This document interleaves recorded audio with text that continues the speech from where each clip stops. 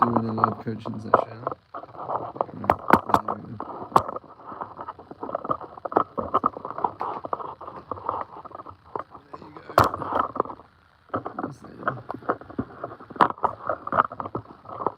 Welcome to the live chat.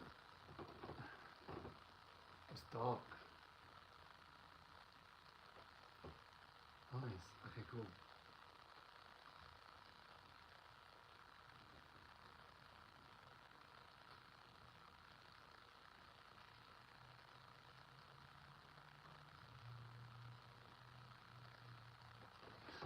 I've got one person. I'm doing a live coaching session. There you go.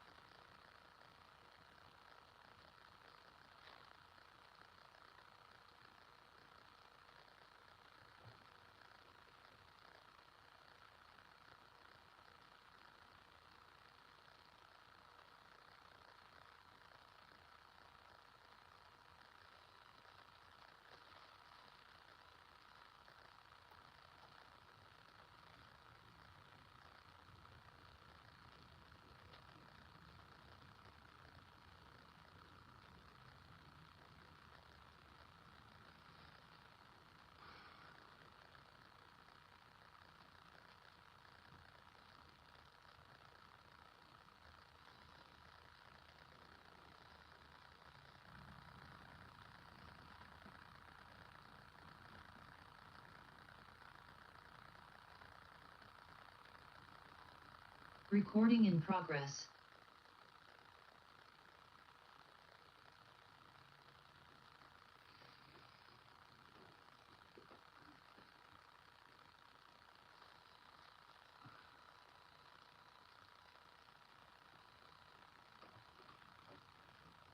Anchor, how are you? Tracy, Rocky, Nick, what up, guys? Elizabeth? Super happy. You're super happy. I'm super happy you're here. Hi. Elizabeth, how are you? Okay. I is good. I can never remember how long these meetings go on for. I always thought it was an hour, and then they go on for longer. Well, I mean, I think it is down for an hour, but okay. Yeah, do whatever you can. You know, like Great. don't feel bad. I may have to go at 4. Elizabeth, that's just not possible. I've just got off a Zoom link there an hour ago with Dave. Oh, nice. Cool. Yeah, Dave, yeah. So I told him that you talk of him fondly often. And he goes, oh, God, what did he say? That's rare. So he's probably surprised at that. But, yeah, lovely guy. So,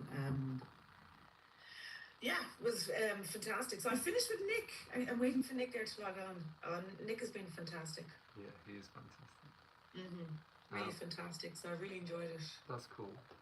But yeah, look, in this you can stay or go. It doesn't matter. Whatever you need to do in that moment. So yeah, no stress. It's just purely like anything that anyone needs specifically. Yeah. I find sometimes when I'm doing the the course content and I'm watching one of your videos, and I sometimes feel like I'm in the video and I'm trying to unmute and give a comment and then I forget that it's a recording that I'm watching. But the last one that I watched, I can't remember who it focused on, but it was on one of your clients who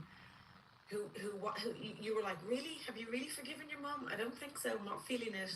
And you talked with her through the whole process of, the truth is statement. And at the end of it, after about, 20 minutes, she got it. She absolutely got it. And that was, for me, that was absolutely revelationary to watch that process. Have you had your truth is statement, or have you been? Yeah, Nick and I worked through the truth is statement myself, and it was good.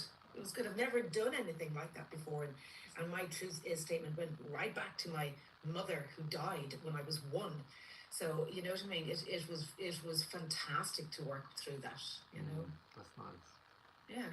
Any other areas where you feel there might be like tension? Like for me, the whole reason I came onto this was I kept repeating behavior. So like I said, I know a lot of where my trauma has come from, and I've done an awful lot of work on myself, over the years, coming from a traumatic place from the age of 1. And losing my dad then at 5. So I've been orphaned from a very young age. Grew up with an aunt and uncle, and the truth is, I blamed my dead parents for my miserable life, and then went on to blame my aunt and uncle. But as I developed over the years, I kept repeating certain behaviours, and I wanted to really find out what my attachment style was. And working with Nick through that, I kind of thought I knew what it was, but obviously, doing that. So like, there's nothing else that I really want to work on, except that what I want to say is that I've finally. You never stop working on yourself ever. That's just a given in life. And people who put their hand up and say, "No, I've reached it now. I know who I am," are either lying to themselves or just haven't got it. But I now know. I'm now more familiar with my triggers, with why I keep repeating the same behavior. Sorry, I've got a hot water bottle in my lap and it's burning me, so I keep moving. Nice. It's bloody miserable here in Dublin. Absolutely miserable. But yeah, so I'm more familiar with what triggers me, why it triggers me, and how not to keep repeating the same behavior. Yeah, nice. Where is your trigger? My triggers are usually, it's self-worth. Oh my God, I'm miserable. You see, I told you nobody would like me. That's kind of like, say, if I have an argument with somebody, or like I've just finished with a guy like 3 months ago that I was dating for a year and a half, totally fell in love with him. But through your course, I realized I wasn't getting what I deserved through the relationship. So I finished it with them, and it broke my heart to finish with them because I absolutely fell in love with them. After a 23-year marriage and divorce, I thought I'd never fall in love again. So I think my trigger there was wanting to get back with him, wanting to sort of go, "I'm sorry, I didn't mean to finish it with you. It's just this and it's just that." But no, I learned that my trigger was not to blame the past. Some of my triggers are definitely, "Oh well, that's because this happened to me at a young age," and no, it's not. It is what it is. I'm 55 years of age. I think at some point I've got to be able to put my hand up and say, I actually deserve a better relationship, and I deserve a man who falls in love with me, and that's what I want. So that was a huge trigger for me. Nick and I worked through: should I go back to him? Should I tell him? Should I, and should I just cut and run? It was one of my big things. So when I get overwhelmed, I cut and run because I don't want to face I suppose I don't want to face the trauma of having to work through it, if you know what I mean. Yeah. But you work through it, and you're all the better for it. So why did it break? Why did it break from your perspective? Am I right in saying that I heard you say you didn't think he'd fallen in love with you? No, he didn't. So we met online, and he never told anyone we met online. And he said to me one day, "Oh, I always thought I'd meet somebody from my own sort of social standing." He's from Winchester in England, born with a silver spoon in his mouth, went to public boarding school. And while I am certainly not a lower standing social class in my mind, I wasn't born into estates and that kind of thing. So from his perspective, there was always a sort of a misalignment there. He kind of thought, "Oh, if we meet online, surely I'll meet somebody who's just a bit of fun." But I fell in love with him, and I know he did. He just won't admit it. And he's, for want of a better word, he's a Gemini, and I'm a Capricorn, and I do think there's an element of truth in earth signs and air signs. And he's just a big bloody butterfly, and I'm a big bloody goat. And I'm very grounded on earth, and he's very airy-fairy. And we just didn't, we weren't compatible in the long run, if that makes sense.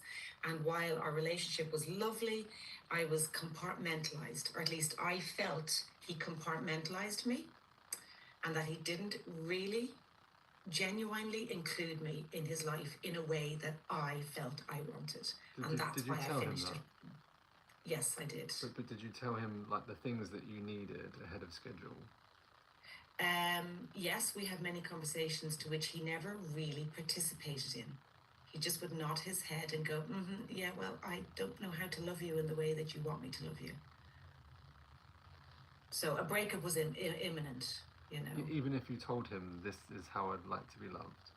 Yes, and he said, I will always have a special place for you in my heart, but I don't know how to do that.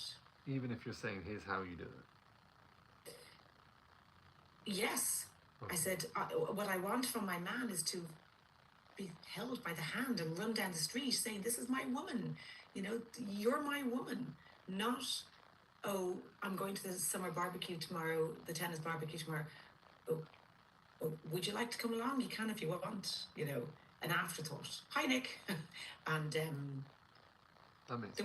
there were too many little things that went on in the background for me to know that he hadn't really, he didn't like me in a way that I wanted to be loved for us to continue. And that is why I finished it with him. And I told him that. And we're still in communication. Bloody hell, you know what I mean? He keeps sort of kind of bringing me back in with a card, and like he returned my keys to my house there this week with a card saying, oh, you'll always have a special place in my heart. And I'm going, damn you, that's a breadcrumb. You know? Yeah, it's the thing is, as long as you're saying saying the things that you need to say. So it doesn't have to be that difficult to make a relationship work if you want to make it work. Yeah. Right. So when you get to a stage where you're willing to say goodbye to someone, is a good stage where you go, nothing can get any worse, right? Because if I'm willing to let go, you must be willing to let go of a relationship to actually get the relationship you want. Yeah. Right. So rather than the opposite of that is which is very common and understandable, that where you get to a stage where a lot of relationships hit that stage where they love the person, they're in a cycle of like this there's lots that work, there's lots that we could work, one doesn't normally want to do the work, one just wants to get on with it and leave it as it is, one wants it to improve, one, as I said, wants to keep it the same, and you've got this position where it's like it's okay, and there's periods of okay, but there's periods where it's not so okay, and then when you try and express that, the expression of that makes it worse, and so you get to a point where you go, it's easier to not express how I feel, because then we get okay, like we're okay, it's not bad. Yeah. And that's the problem really, because that's where a lot of relationships, it's a natural course for a relationship to end, to hit that point. You've got the honeymoon period, super exciting, everyone's open, tend to be, like getting to know each other, more enjoyable, frequency of intimacy is higher, perceived fun is higher, it's the newness of life is higher, and then you get to know someone, and those but certain behaviors start to come out where we go, not sure about that behavior, not sure about that habit, not sure about that alignment, and it's within that, if you can keep on realigning, there is the key. The key, for me personally, I think any relationship can work if they want it to work. Yeah. And I think, Ed, you have it in a nutshell. I wanted it to work, and I wanted to do more work. He didn't. Like I said to Nick, I broke it off with him, and he let me go. That's what I mean. Like, so.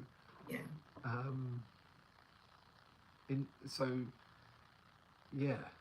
In those moments, because it is as simple as, if the other person wants to make it work, but it's also communicating that, because sometimes people, just, again, more generalized, not always the truth, but like men can tend to struggle with that expression.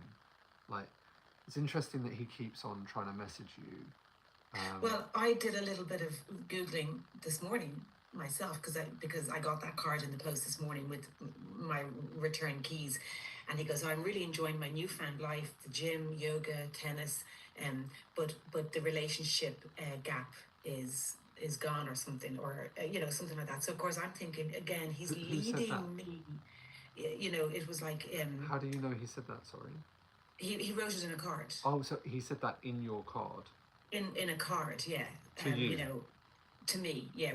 He was returning my keys. Sorry, I thought you said you were Googling and you found that on Google. No. So I Googled, why does my Gemini X keep doing this? And it comes up that they might just be keeping you in their social circle because they like you. They're curious about what you're doing. Geminis are hugely communicative, social, curious beings, and he might be just doing this just to keep you there, but he's not romantically inclined. And then it said, hard, I know, but that's the truth. And I think that's really where we are. He's just interested in me. He's nosy, he's curious, he wants to see, where am I, what am I doing, what am I up to, but he has no interest in getting back with me. Are you sure? I keep confusing his contact with wanting to get back with me. Are you sure on that? From my perspective, yes, Okay.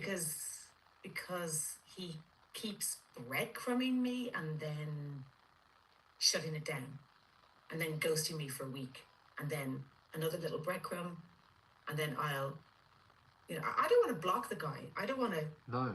The thing here, Elizabeth, is that sometimes, the goal is, really where you came on this process is to build it within yourself, right? So that you have 100%, a strong yes. power within yourself. And the Yes. advantage of that is that whether it's him or not, it doesn't actually matter. That sounds brutal, but it's whether it's with him, the love that you want is with him or someone else. In the whole scale of life, it's like we can't, because humans are non-linear. They're just not as simple as X, Y. Input this, output comes this. They have complexities that turn. So, as Nick would have done with you, as I would suggest, build it within yourself. Yeah. Sometimes a lot of men turn later and realize what they haven't done based on what they're now missing. And I'm not saying one holds for this. I'm saying continue going, find the goodness in your journey. The longer you continue moving forward, the more power you have, the more strength you have. You'll attract other people into your aura. Yeah. You then have that decision to make based off evaluation again. So it's like you've got your divorce, your marriage, what that was for you. You've got this experience that was a year and a half, you said? Yeah. Just under a year and a half, So you've got that experience, and so it's it really is like finding what is the best fit for you, and the human mind only really is able to make that decision based on contrast. That's how we know something is good or bad. Without contrast, we don't know if anything is good or bad. If all you've ever experienced is really cold conditions, and suddenly you're you're in minus all the time, cold conditions, and then suddenly you get 10 up, you're like, wow, this is amazing, this is so warm. But yet someone who's been in Dubai, lived their whole life, comes to your minus whatever it is like, oh my god, this is still freezing. But you don't know the difference. So it's essential to move on, to be able to navigate that period of push and pull is an important part of understanding what is right for you, what is, because sometimes it will feel like it needs a stronger boundary. Sometimes you're like, it's okay to be in a period of I'm not sure. I call it like a yo-yo. I yo-yo between I'm over him, I'm not. I'm over him. I'm not.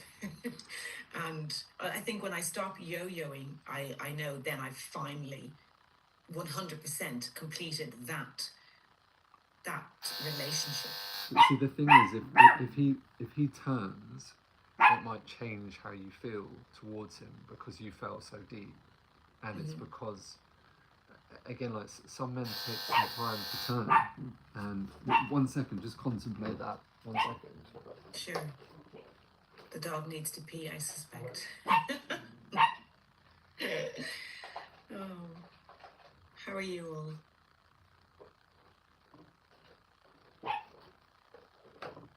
I knew it. Doing well. But yeah, I knew it was the dog. sorry about that. It might it might turn, and in today's world, people, like, especially if you watch content online, you know, the content online, especially in relationships and especially like with ending, it's like, yeah, just do this. It's just not that simple. No. It's not that clear cut. The goal is, like, at the moment, this is not serving your needs, so you can assess, and then, you know, like, if searching for love is still important to you, then we need a new plan to go out and making sure that you're aware of what you know, like, what were those needs that were met when you were together versus they're not, now you're not together and you're in this new direction. Like, what is Elizabeth's happiness made out of? Like, what, you know, like, what's her fulfillment made out of? Yeah. And so you get much more deeper clarity into, because, like, much deeper clarity into, like, really what is right for you versus, like, what society thinks for you, or like what the norms of life should be like for you, and or like what your parents, like sisters and whatever, your siblings and stuff like that, the normal sorts of, like, generational messages around, like, what people think is a norm. And so again, you can start designing that life around what is right for you. Have you like thought about dating or looking at that? Or? Yeah, I've been on 2 dates over the last month. Good for you. And amazing that I was able to put my own boundaries in place. One, I just had a coffee date with, it was lovely. I knew meeting him straight away, nothing would happen. The other guy I had 4 or 5 dates with. And on the 5th date, it was dinner in his house. And he got cozy on the couch and he started to, you know, we had a little kiss. And he said something like, "Ooh, shall we take this somewhere more comfortable?" And I sort of went, "No, actually, I'm quite happy sitting on the couch." And then, you know, an hour later I left, and I thanked him the next day for being a wonderful host. And I heard from him a week later going, "Yeah, sorry, it's not going to work out." And my reply was very simply, "Look, don't be sorry. I had a lovely few dates with you, but I'm not interested in casual intimacy at the moment. That's not what I'm after." And I felt so empowered. I felt so fantastic that one, I didn't feel the need for a booty call and end up sleeping with a guy that I could have, and then felt rotten, you know, a week later. And that I felt really empowered doing that. Really, really empowered, you know. And at the moment, I'm just not interested. I'm too bloody busy anyway in work to date. But I'm a bit of a workaholic, so I have to include some downtime and go on a few dates and just have a laugh and loosen up. I'm too bloody serious. That's my problem. Do you know what I mean? I just need to loosen up. No, it's very cool. That's a very good approach. So, and again, it's like, it's a ongoing process of assessing how you feel at each stage, and knowing that, you know, knowing that you can go out and, you know, like, a lot of people have really bad views on dating apps, but today it's just it's a lead generation tool. That's it. What you do to harvest those leads is up to you, but it's pure, like, you know, like that, the scenarios of, like, now I won't find anyone is, like, you know, that was a real problem back in the day, a long time ago. You know, you know, in certain areas of the world, and I'm sure, like, depending again where you live in Ireland, my friend lives in Skibbereen, so it's like, you know, 60 minutes from anyone. You know, like it's quite hard to see people again. Um, so, but like today, you can create Yeah. connections and then increase the amount of those connections that you, because it is a volume game. What people don't talk about in dating, you actually Yeah. need to increase the amount of people that you meet to Exactly. assess whether they are the right fit as a natural fit. Is it worth working together Yeah. with what with what they're bringing to the table as they are? Yeah. And I so think so. I think after my divorce, like which is 5 years ago, which it was very amicable, yeah, thankfully.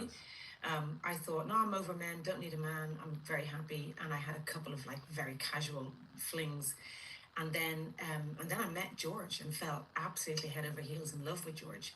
And it's very easy to then sort of put yourself into that category of, oh God, I'll never meet anybody. What is wrong with me? But no, I know there's nothing wrong with me. And I from the course and from the work I've done on myself, I know that putting boundaries in place, and it's not about, oh my God, this is what I want. And if I don't get what I want, then it's over. But it's about recognizing what doesn't work for you. And one of the things Nick said to me was, well, if George came back to you tomorrow and said, I've thought about it, I want you back in my life, my first reaction would be, yeah, I'm in. But then my second reaction was, well, actually, a lot of things need to change. And one of the things that needs to change is, I think, George, we need to go for joint counselling. And I did say that to him because I said, I think you grew up in an emotionally detached home, going to boarding school at the age of 6, you know, and he had a sort of an army dad and a mum who did everything his dad said.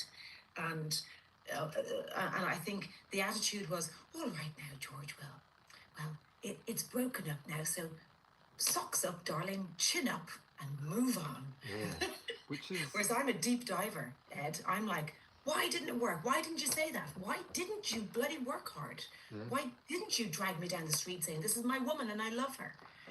You know what I mean? So I'm a deep diver. I love to rip wounds open and dive in and really get to kind of base level. You know, I Yeah. love that. I love this type of work.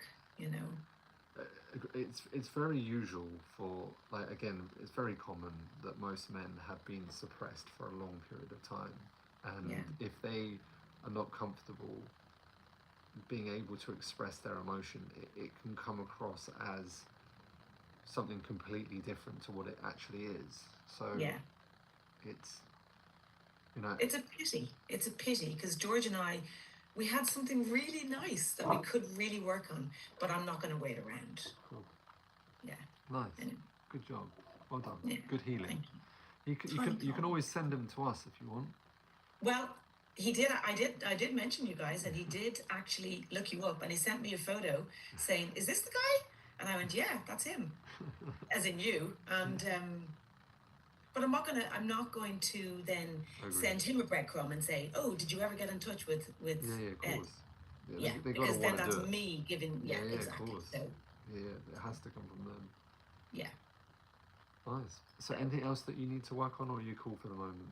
No, I'm cool for the moment. I'm continually working on. I live on my own. I've got my cat. My daughter's in Australia. My son lives in Dublin.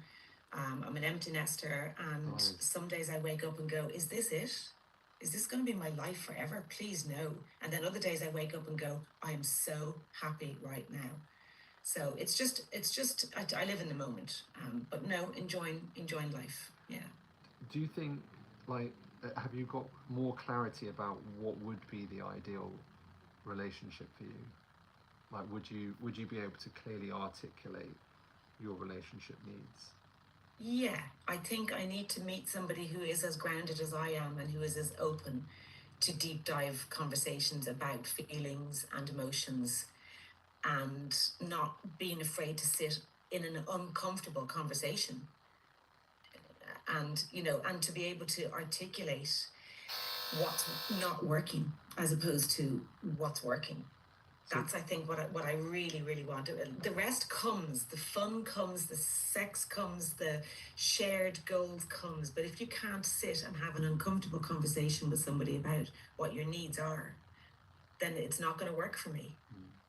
So give me an example of like how that would have been in the past, like where, like a specific example of like an uncomfortable conversation that would come up that you would need to have. I suppose, say with my ex, we had a great relationship for 20 years, and then the last 3 years became toxic because we played that blame game. And we stopped having the conversation of it, and it became that sort of, well, you never listen to me, and you never do that, and you always make me feel. And you know, I've done a lot of work on myself, so I know those conversations around, well, I feel that when you say that, it makes me feel whatever. So those type of conversations were uncomfortable, but they never went anywhere. But you know, an example of that kind of conversation, say with George, who I've, you know, broken up with, it would be to say to him, you know, like, why can't you say you love me? What's stopping you from saying that? You know, and he just, like, I did ask him that. I said, do you think that if you say I love you, that you're just going to Did he say get trapped? didn't say I love you? He never said he loved me, no. Ever in a year and a half. And I said, you know, if you say it, do you think you're going to be trapped? Do you think that you're going to, you know, that's going to be like, I'm going to put a net over you or something? And he would always just agree with what I said. He would just go, yeah. Actually ever really gave me anything solid to go on. When you say solid, do you mean like have it like this is what I believe, Yes. like his own? He never said, well, I grew up in a home where we didn't express our emotions. He never said that. I gave him that example, and he goes, yes, I think you're right. How old is he though? He's 60. He's just turned 60.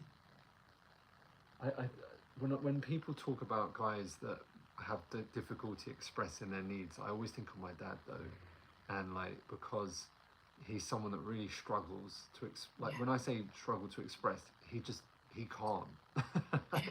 Yes. And so there's just like the conversation ends. Do you know what I mean? So it's like. But imagine trying to build a relationship with romantically on that. He did not meet my needs. Ergo, I had to finish with them. It broke my heart. We cried our eyes out. We sat there and cried, both of us. And I said, I have to go. He cried. That's a good movement from him. Yes. Yeah. But he said, when I said I have to let you go, he goes, yes, you do. He let me go. Yeah. I'm not going to beg for him to come back. No, that's the key, really. And like what we're doing here is just we're evaluating, basically we're troubleshooting that moment. Yeah. So this moment stands up. It's like, for example, in court, right? So you made a decision, and so we're like evaluating the decision to justify if that stands up or not. At the moment it does, I think. It stands up, exactly. Yeah. So but then I get confused with the cards and the little messages, and I go, oh, maybe he does want me back. Stop. That's natural to feel. Stop. It's natural to feel thinking like that. It's not unnatural because there's a, you know, like, it's like a door opening. But by understanding the behavior and understanding like what you need, and so just making sure that is the way it is, puts you again always in a stronger position, because you can see like the outcome of what that can be. So for example, like there's a strong pattern where if people shut down, can't express, and I'm not saying he has this, but like some can develop let's go and find another relationship, right? Okay, so we do that, and then the same pattern occurs, right? And immediately, as soon as one relationship is ending, you're going to the next one straight away, right? And they have the same pattern and they have the same periods, and it's like they do the same thing each time. They treat the person almost like a replica of the previous person. So it's like the pattern there that they have to be careful of is that, again,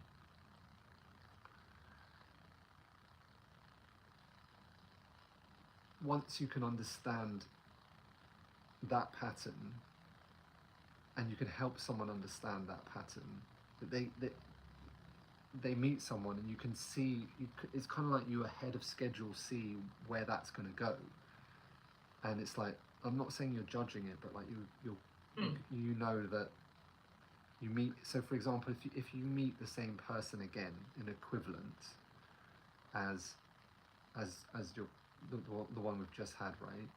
Mm-hmm. And you start to see the signals without labeling or judging, you can kind of see, and you see ahead of schedule where it can go to avoid you wasting time / to ask the right questions ahead of schedule to see if there is a deviance of the pattern.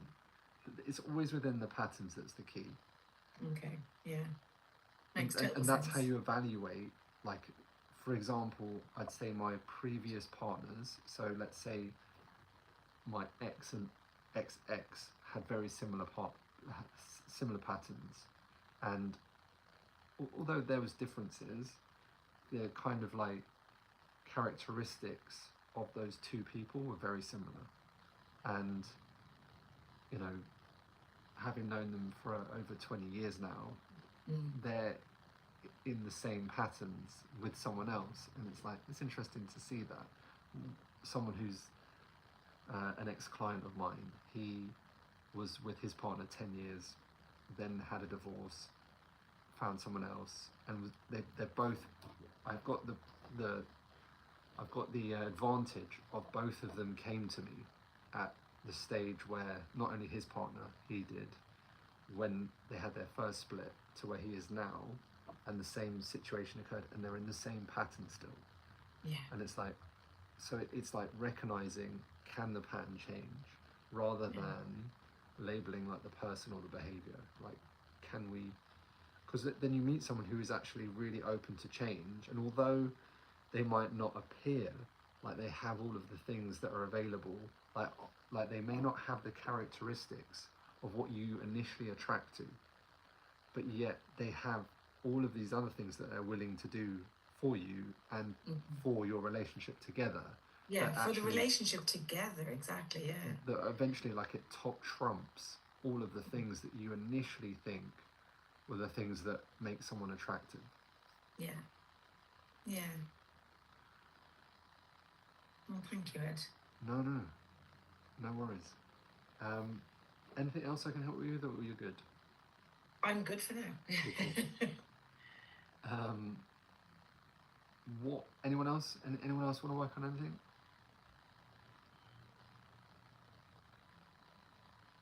No. Anka, you got anything to work on? Yeah, I was listening. It's interesting about the online dating and the dating apps, because I'm kind of in the same place. How are they working out for you? It's up to me, and this is the problem, because I get a lot of likes or people who want to connect with me, but somehow my systems goes into not rejection but hesitation mode, and when I look then at the profiles, then I find almost for everybody something that is not fitting. Whatever the hair, or it's when I think about myself, I see then how superficial are you actually, right? But at the same time, I say, yeah, but I have to like somehow to. Yeah, of course. Look, there has to be like there's initial, like, we are visual as human beings, so the visual of how we see someone is an important element. It's not the only element, but it's how we initially, like, you're in an app looking, your eyes are looking, so your eyes and senses are engaged, and then you're going, well, this is, you know, again, it's comparison. So you're swiping left and right based on what you perceive to be a good thing, you know. So you know, having an awareness over the judgment element is important, because like what happens as we get older is that we, again, actually not even really an age thing, depends on what sort of environments that we've been maintaining, but you know, like the more we perceive judgment, the harder it is to see what is actually the reality of what's happening, right? So if we notice ourselves getting like really like clearly judgment on something, versus like you're either into them or not. It's not like, it doesn't have to be that. Like I remember I was doing one with my friend, and she couldn't pick anyone, and I'm like, therein lies, like, we went through like 300. Do you know what I mean? Like, and I'm like, that I would go out with that guy. He's hot. He's hot. He's hot. And she's like, he's not hot. And I'm like, he's hot. Like, he's a hot looking dude, right? You know, like, but, and you know, like, there's only so much in a picture. Do you know what I mean? Like, it's a picture. Like, it's not like the only thing that person represents. You know, like, and you have to put yourself in those experiences to experience people. You know, when I was dating, I dated hundreds of people, because it's like as I said, it's volume. Like, sometimes you meet someone and you just like a good connection, and you're like, wow, that's not the connection I expected to have. Like, and you know, when we used to run events, I'd see a lot of people, and then I talk to a lot of people in events, and how your mind perceives someone, and then when they talk, I remember seeing this guy in the audience, and him talking to me, and I'm like, that's so not how I imagined him to be. Do you know what I mean? But your mind has perceived them in a certain way already. So it's like, it depends again on how much you genuinely want to meet someone, so that, you know, you're passionate about like different experiences. Like, there's nothing like, it's such a great learning experience. So to meet more people. Can I ask Anka a question? Yeah. Have you been on a date online recently? Like, the reason I ask is I've been on loads of dates. Like, I go on loads of dates because I'm not afraid to go on a date.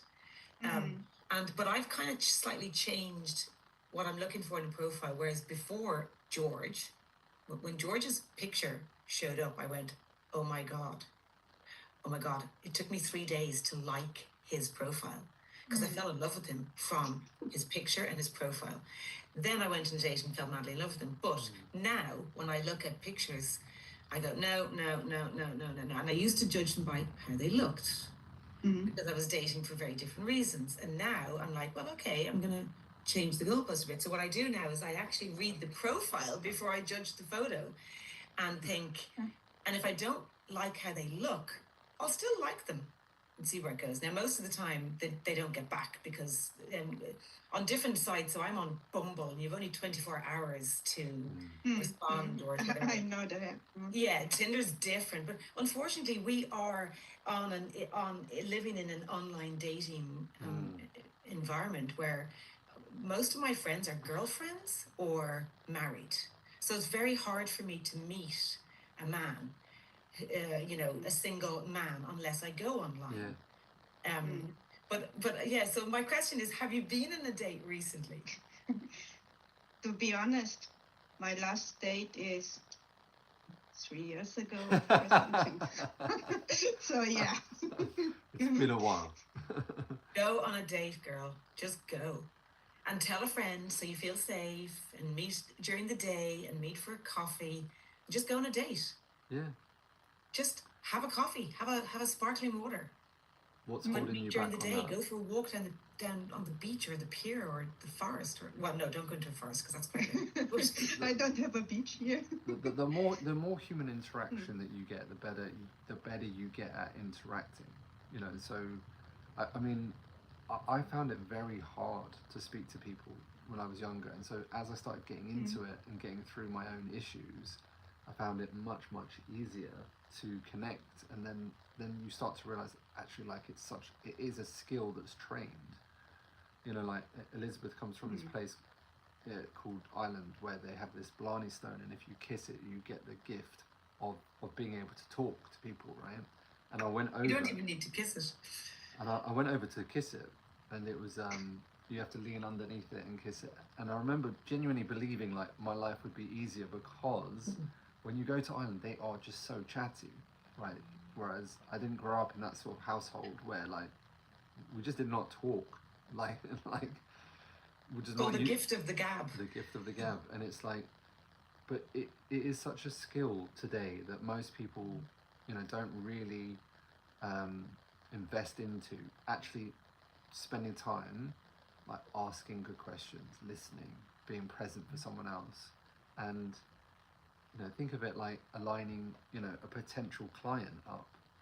Like it's like you're literally sitting there assessing whether they're going to be someone that you'd want to spend more time with, or you get a chance to pitch them if they need some coaching down the line. And can I share one more thing? Yeah, go for it.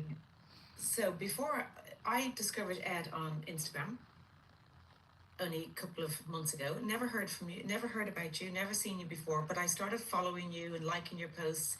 And then it was just one little comment: "Are you tired of repeating the same behavior?" And I thought, yeah, I totally am. Now, I knew I was going to finish with George in my head. I just couldn't find the time or the right place, because he had a bloody stroke in the middle of it all. And he fell out of the bed beside me, and I turned on the light at 4 o'clock in the morning, and he's on the floor having a stroke. I helped him through that for 3 months. You know, you can't break it off with somebody just after they've had a stroke, even though I knew I wanted to finish it with them, right? Well, there's a stroke period of waiting.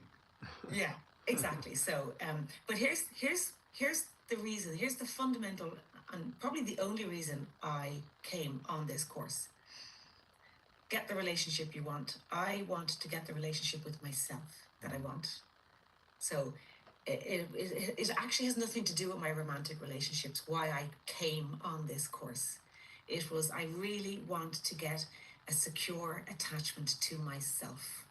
And that is why, that is the fundamental thing that I've got out of this course. So George, Robert, Ed, Nick, Rocky, it doesn't matter who romantically is or isn't in my life.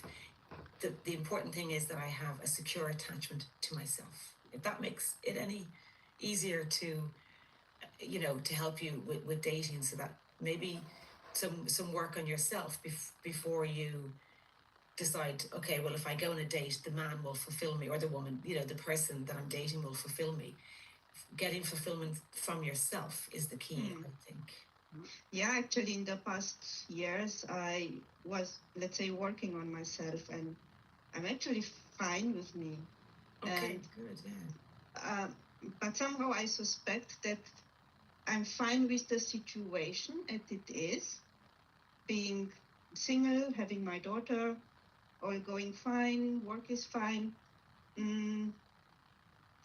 So it's somehow related to what Ed said, that getting this practice. When I think about going out with somebody, I don't know, what should I talk about? You know, actually, mind movies, but I guess this is what my system trying to avoid by being so superficial and judgmental. Nobody's good enough, or nice. Yeah, I mean, I'm good awareness. Yeah, I'm very aware, and sometimes it's really fun watching myself being so judgmental about what, huh? But at the same time, I know that there is a issue there, which is holding me back. But it's also though, like, it's like, you know, like our mind creates an expectation. Again, it's like, what, you know, when we uncover it, like, what's the fear that's holding us back? Like some sort of expectation, and then you start taking them away, so that they're, you know, if there's no outcome that you're trying to get specifically, like if there was no fear from doing something at all, then you just do the things that you enjoy, right? So because you're not trying to achieve anything, right? So then again, it's going back to, would you enjoy interacting with someone differently? Would you enjoy learning to assess whether, you know, to read someone's personality? Like, again, like everyone requires different levels of interaction. Like we have different frequencies for that. Some people need more internal, but they still need some external, right? So, you know, some people need more external and less internal, and it's like you have to design that again from on your terms. When, you know, like when we were testing launching a dating app, and I told my partner, and we were testing different ones. So I joined Hinge, and I just wrote a profile so we can assess, see what it was like. And I wrote a really honest profile, like launching a new business, genuinely want to meet people that have experienced the app, what they get from it, how they like it, if they don't like it, etc. You can come, I'm in a relationship, you can come and meet me, and I'll walk with my dog, right? And we have a chat. I can't begin to tell you how, like, I got thousands of messages because people just wanted to chat, that they didn't want the expectation of, like, do you know what I mean? I don't want to really have to go and like put myself under pressure, and is this going to be the thing, you know, my friend was like looking for a serious relationship at the time, and again, like all things, you know, decent guy, good looking, good pictures, but a very like specific thing that he's looking for. And I think sometimes it's it's like puts a lot of pressure on the situation when people want to meet organically over an app. So it's like just make it like less pressure for yourself, so that it doesn't matter how many, you know, like dates that you go on. It's not about that. It's again, so, you know, I speak to people every single day. Sometimes they ignore me, sometimes they don't. Sometimes it's like really awkward and weird for them, not for me. I don't care. But like, it's important that I still interact. Otherwise, I wouldn't talk to anyone, right? My partner has you know, she runs her business. I could go a whole week without seeing her, because if she's like doing 12-hour shifts, I'm, you know, I'll be with the dogs all day, and I'm talking to them, but they can't talk back. You know, so it's like we you know, like we have to interact in our world, and again, like that level of interaction is up to you. You design that, but today's world, you can literally design it around your terms. If I was dating again, I would probably go 3 dates a week, 2 in the week and 1 on Sunday, and then I'd repeat the same person on Sunday if I thought I wanted to spend more time with them. 2 in the week would be like a walking date, and just hang out with people and assess, you know, where you want to go from there. But it's also, just so you're aware though, That's like, a lot, Ed. but I'm just saying, if that was the goal to, like, if it was a goal to meet someone, that would be, I mean, that's what I used to do anyway. 3 a week. It's funny you say that. The guy that I had 4 dates with, they were over 2 weeks. But I made it exclusive, if you know what I mean. Yeah. So probably what I should have done is, as you say, gone on 1 date with him, 1 date with another.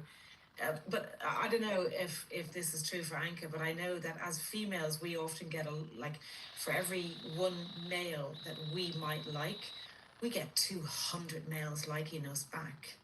And that's not because we're beautiful or we're whatever. It's just, that is just the law, I think, of averages. I think more men like more women. Nice. Good options for you guys.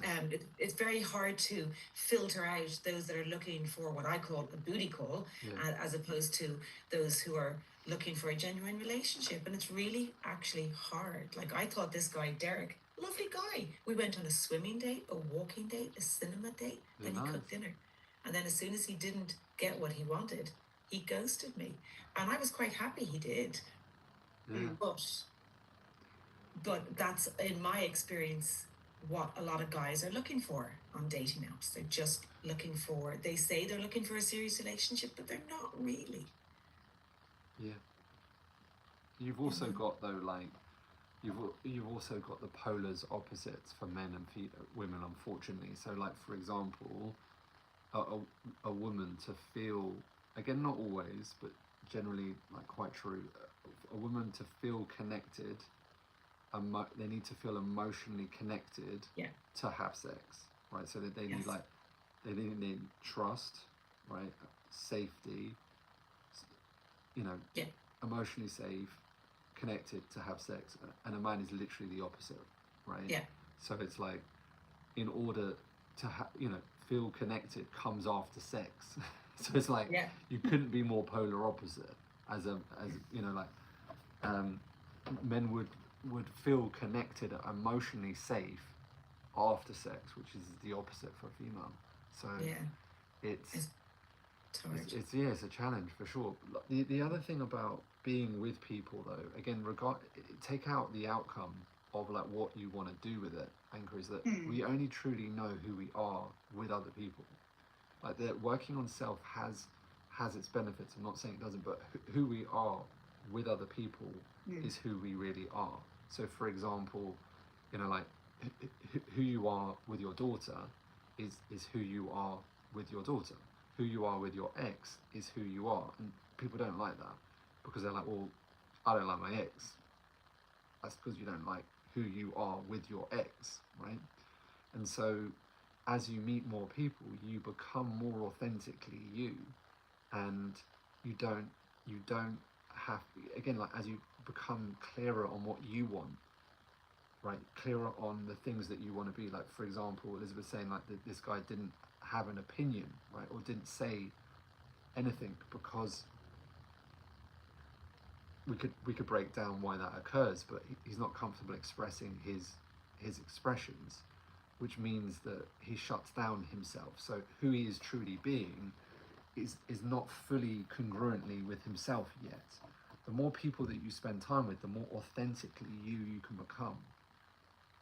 You can't truly become your authentic self without the presence of someone else, because communication is who we are is defined by the gap in which we relate. Like, there's no point me saying I'm this, like, really calm, collective person if at home I shout with, like, my partner, like, all the time, and that's not who I am. Is just a fragment of myself with you. And I'm not saying, like, this is about being perfect, because it's not. The goal of life is to maintain, do your best to try to become this authentic version of yourself. Who is this authentic version of yourself? Someone that can show up and express as you do with anyone. So who you are is the same person behind someone else's back, that you say the same things over and over again. And, again, a lot of things play into that, like our, family roles, or what we perceive to be the right thing to do, to have kids, to not have kids, and to be a mum, to not be a mum, all these sorts of things. But, like, as you practice meeting more people, you get to experience different sides of your personality that you might want to embrace more. And, like, when you find your relationship, and then you're in your relationship for a long period of time, parts of you are no longer able to express. So it's like, me and my partner, for example, we enjoy talking to people. We enjoy meeting people. Now, that is often misconstrued as, like, we're flirting with someone else. Like, I went to a gym, and there's a guy there that is obsessed with me thinking that I'm gay, and that me and him should be together, because I really enjoy talking to him. And when we see him around, with my partner, he's like, there's no way that you're straight. Let me know when there's an opening. And I enjoy meeting people, and you enjoy listening to people. When people feel heard and understood, it's easily referred into this guy's giving me a lot of attention. Like, that must mean he wants me. He must be gay. I want him to be gay. And so Recently, I mean, I met a trainer last week, and she goes, "Do you want to come to Sainsbury's?" I walked to her with Sainsbury's. The next minute, she's telling the other trainer that I was hitting on her. I walked with her to Sainsbury's. I was like, when does going to Sainsbury's mean that we're now in a relationship, and or that I'm hitting on her? And I'm like, and so the trainer's telling me this and goes, "Are you worried about what your partner's going to think?" I'm like, "No, why would I be worried?" I told her, she knows. There's nothing for me to hide. Like, she will also have that chat. She would also go to Sainsbury's and not think anything of it, because it's like we don't live in a world where we have to worry about who we are, or the full expression of that. That doesn't mean. And he's like, "Oh, so you guys are swingers?" No, no. It means that you can have a conversation with someone else without worrying about whether that means that or anything else like that. And he goes, "Well, what would that mean if your partner did want to have sex with someone else?" We would talk about it and we would navigate that. Would you want that? It's not ideal for me personally, but if that's something that we had to walk through at a later stage in life, then it's something that we'd have to go through and assess if that's the right thing for you or not. He's like, "Wow, this is, my wife won't even let me talk to anyone." And I'm like, again, look, everyone's rules are different, and I'm not, judging anyone's rules, but it's like, like, it's communication, it's talking to people, and we have to be able to relate to other people. Otherwise, like, if I didn't actively speak to people, I wouldn't have the same level of fulfillment in my life. Like, we're at a stage where we're just looking at how do we like get a live event again, because live events are really where a lot of our expertise can really show, because we're really good with people. Me and Dave, for example, like we've spent our whole life together. He grew up behind me, and I don't see him as much as I used to. But this year I've probably seen him twice or 3 times. It's crazy. And we have a business together, and everything's online, and so it's like, part of us were like, we're going to Bali obviously on Monday together, but like, bar that, it's like we used to spend every single week hanging out doing something that we love, and that's an important part of like happiness. So my point is that you don't know what that's like, meeting other people, and like, I mean, I've got so many different friends that are into such weird stuff that I would never like be into or know about unless I knew. One of my friends took me to a not drum and bass, dubstep concert. It was amazing. I would never have gone unless I met someone that was really into that. The amount of situations that you could potentially miss out in life because, one of my And friends. it's nice to hear you say that, Ed, because from my perspective, I sit at home and I doom scroll and I come across someone like you on Instagram who has, thousands of followers, and you seem to have it sorted. So it's nice from sort of someone from my perspective who has, a couple of 100 followers on LinkedIn and whatever, because of the business I'm in sales. But having said that, it's nice to hear someone like you talk about normal things that you struggle with, that we all struggle with. Yeah, of course. Because it's easy for someone like me to think someone like you has it all sorted. I mean, like it's a constant management process, because if you do, like when our business was mainly, like we did a lot of delivery online, but for up till 2017, like all of our front end was live events. That was huge interaction. Like that is 100% what was fueling my whole life. Like, interaction was amazing, and then just to cut that and just to be online, online's great. I get to meet you personally. You're in Ireland. That's got lots of benefits, but it can't. You can't just have that. You need to be able to interact and have like conversations with people. Otherwise, you lose that skill. your partner can't fulfill all your needs, and I'm not saying like, I'm not talking about like sexual. I'm talking about like just your overall happy. Like it's, if you spend all your time with the same person, it's, then you also start to take that person for granted. You need to have the balance. Everything is balance, right? Everything is, you know, like paradoxes. If you know, like the most fun thing that you can possibly do, whatever that is for you, if you do it all the time, it doesn't become fun. You know, like eating something, whatever it is, if you eat too much of that all the time, it can't be fun. And so there has to be the equal opposite and avoidance of that. And so like, you know, balancing life is a masterful process that takes, you know, it's forever ongoing, and it's forever, you know, challenging. But just on the on that, has anyone else got any other questions? I'm just conscious of time. Anchor's So my tasking for next week is get on Hinge. Hinge is amazing. You can put your voice on it. I'm already there. Yeah, Hinge is I've really never been good. on Hinge. Such but an, I'll try honestly, it. so Okay. it scored, out of all the ones that we tested, it scored so like really high, Okay. because you can put so many elements into that. You can hear people talk, and again, look, wherever you go, Oh, okay. you know, like wherever you go, people have, you know, like you meet people in a club, they're going to have different agendas, right? Everyone has a different agenda, right? It's just, so when people say like more of these, this app does this or this app, like different people want different things. The more people you meet, the more you understand people. That's it.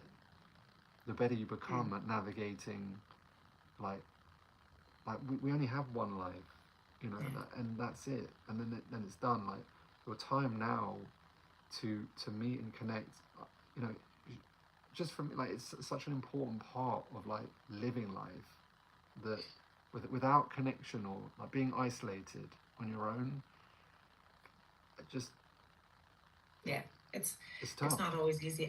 Anka, where do you live? We should go on joint dates, double dates. I'm in Germany. In Germany, okay. Ireland is not that far. It's not that far. No, it isn't. But I'm just looking at my clock. I can't believe it's 4:10. Oh my God, Cool. that was. It felt like quite an intimate little session today. Lovely. Guys, well, thank you so much for your time today. I appreciate you, and let me know if you guys need anything. Elizabeth, thank you so much for sharing. Yeah. Thank you, Elizabeth. And thank you too, Anka. And thank you, Nick, for everything. I miss you. Miss you too. I miss you. Nick, see you. Anka, see you. Tracy, Rocky, Carolyn, Nana. Have a great one, okay? Have a lovely weekend. You too. Thank you, Ed. See you guys. My pleasure. Thank you. See you. Bye. Bye. What up, guys? What up? What up? What up? What up? What up? Who's this? Who's on the live stream? Who's on the live stream? Who's on the live stream?